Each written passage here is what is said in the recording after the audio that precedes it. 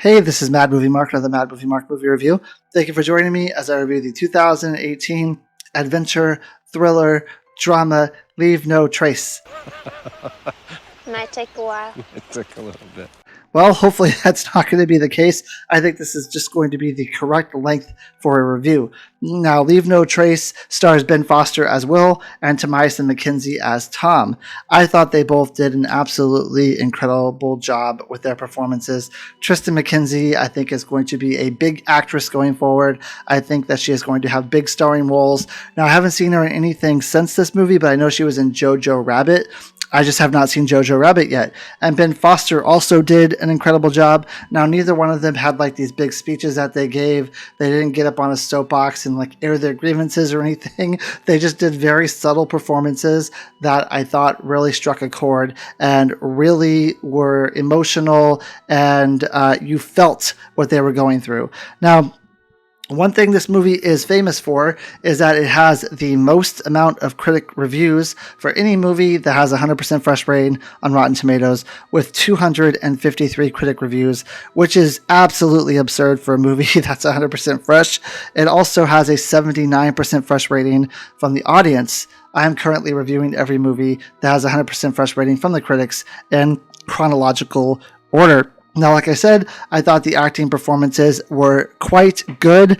The pacing in this movie is slow, but it is intentional, and I thought the pacing was also perfect. And all in all, I thought this was a really good movie. So there are going to be spoilers going forward here, so just to let you know, I'm going to basically surmise the whole movie. So Will is a former member of the armed services. He has PTSD, and him and his daughter, Tom, live in a forest in Oregon. Now, they love the life that they have. They are considered homeless by other people, but they consider this to be their home.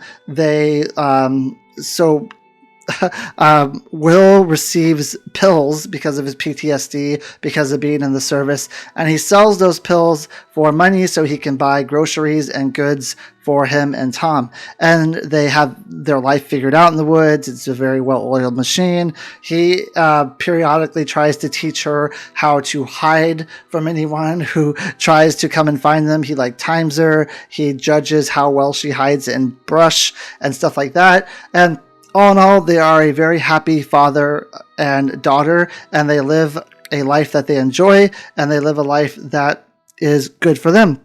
One day, though, Tom is seen by someone in the forest, and then cops descend upon them, and they take Will in for questioning. They take Tom in for questioning. Now, they try to assess where Tom is as far as mental capacity, because she has been living in the forest. She hasn't had any formal type of education. They want to see where she's at. And as a surprise to them, she's actually farther along than most people her age. So Will has done a very good job of raising her. He's raised her to survive. He's raised her to be able to know a lot about different subjects that such as math.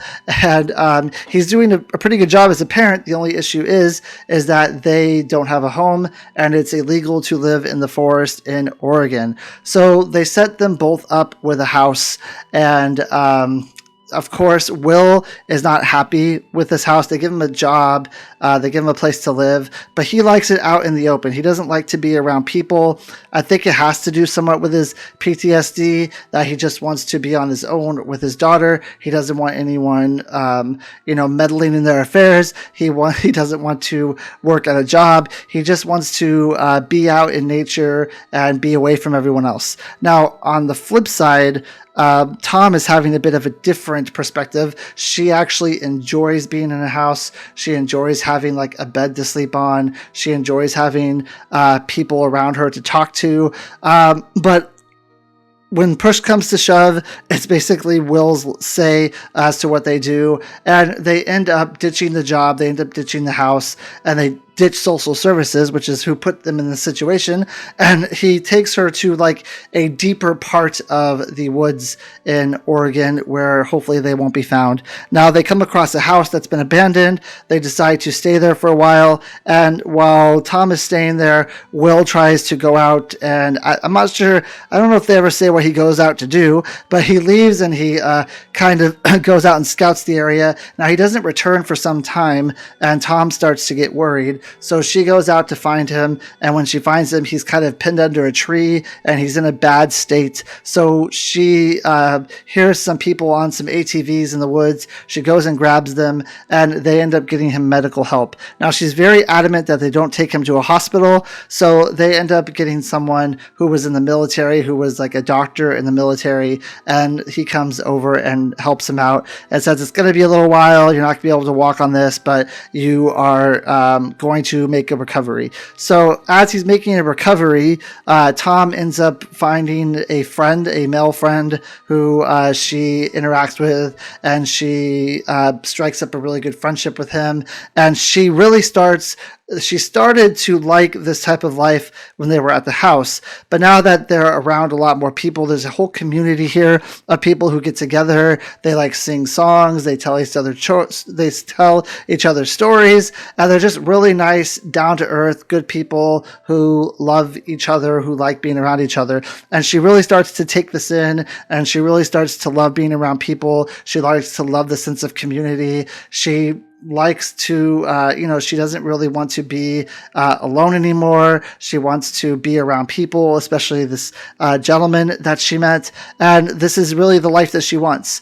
However, when Will ends up getting better, he decides that they are going to move out again. Now, she kind of puts her foot down here and she says, look, Dad, I don't have the same problems that you have. The problems that are going on in your head or whatever, I don't have that. And I don't want to be alone. I don't want to be out in the woods anymore.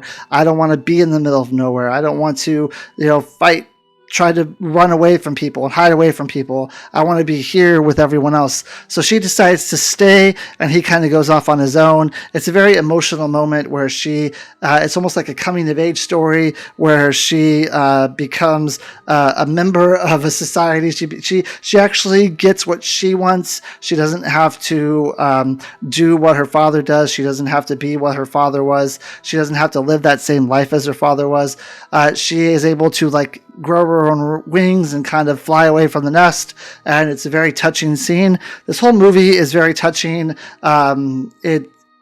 You are rooting for these two people, whether you want him to be able to get out on his own and be on his own, or you want her to be able to stay with the people that she enjoys. You're rooting for both of them. They both want different things, and you're really rooting for both of them to be happy, even though they are kind of breaking the law. They are kind of out in the middle of the woods where they aren't supposed to be. It's a different lifestyle than what a lot of people are used to. That is also the problem in this movie, is that a lot of other people aren't used to this as being normal. They call her homeless, and there's kids who make fun of her, but to her, she's not homeless. She's always had a home. Her home is her father, wherever her father is, and she's never considered herself poor. She's never considered herself underprivileged, which is, I think, is a lot what people think of when they think of someone who lives in the woods and doesn't have a home. Oh, they're probably drug addicts. They're probably this. They're probably that. They're unmotivated. They're lazy. They don't want to get a job and all this stuff. And it's just not true in this movie. I think it shines a different light on, this situation, where this is a situation that Will actually wants. He's not forced into this situation. It's not like he fell on hard times and now he's in this situation. This is what he wants with his life. And I think that a lot of people have problems understanding that maybe there are people like that who think that way, who that is the kind of life that they want. Everyone wants different things, but there's this connotation around people who don't have a house that they are a certain way, and it's just not true. And Tom even says this in the movie where people are calling her homeless and they're making fun of her and all this stuff. And he says, well, how do you feel about other people's opinions? And she says, well, I guess I'm going to find out, because she's kind of being thrown into the situation. But you're really rooting for them, especially knowing that he was in the service and he has PTSD. It's very hard because I guess we don't always, it seems like, treat people who were in the military who have PTSD or have issues that came from being in the military. We don't always, I feel like, treat them right. We don't always give them the type of help they need, the kind of outreach that they need. And it's really sad because these are people who fought for our country. These are people who help make us free in our country. These are people who are brave enough to stand up and fight for what they believe in. And then when they come out, we don't take care of him, and it's really sad. So you are rooting for him. Whatever he wants in his life, you're rooting for. You don't want, you know from what he tells you that he doesn't want to live with other people, so you're not rooting for that. You're rooting for him to be able to be on his own, be out in the woods, not get caught, live this life that he wants, but also for his daughter to live the life she wants. At the end of the movie, you get both of those worlds. So it's a very satisfying ending on both accounts, though it's also very sad because she's all that Will had and he's all that she had for a while. Now she's going to have a little bit more because she has friends and she has a community, but he's going to go off on his own and he's going to live by himself. Is it something living by himself that he's going to be able to do? Because he lived with his daughter for so long. She is older. She is an older teenager. So he's lived with her for so long. Is this something that he's going to be able to do? Is this something he's going to be able to handle? Is he going to be able to live on his own and not with his daughter and not worry about her and her not worry about him? It's a satisfying ending, but it's also a very sad ending because you don't really know what the future holds for any of them. And maybe one day there'll be like a sequel to this. I don't know. But I mean, the ending is good enough to where it doesn't need that. But it's kind of up in the air. You just wonder, you probably in your head, you make up a story that things are going to happen that you want to happen. It's going to have a good ending, but you never know. So I thought this movie was really good. There's not a lot of negatives, I have to say, about it. So I give it an 8 out of 10. Thank you. I hope you join me for my next review.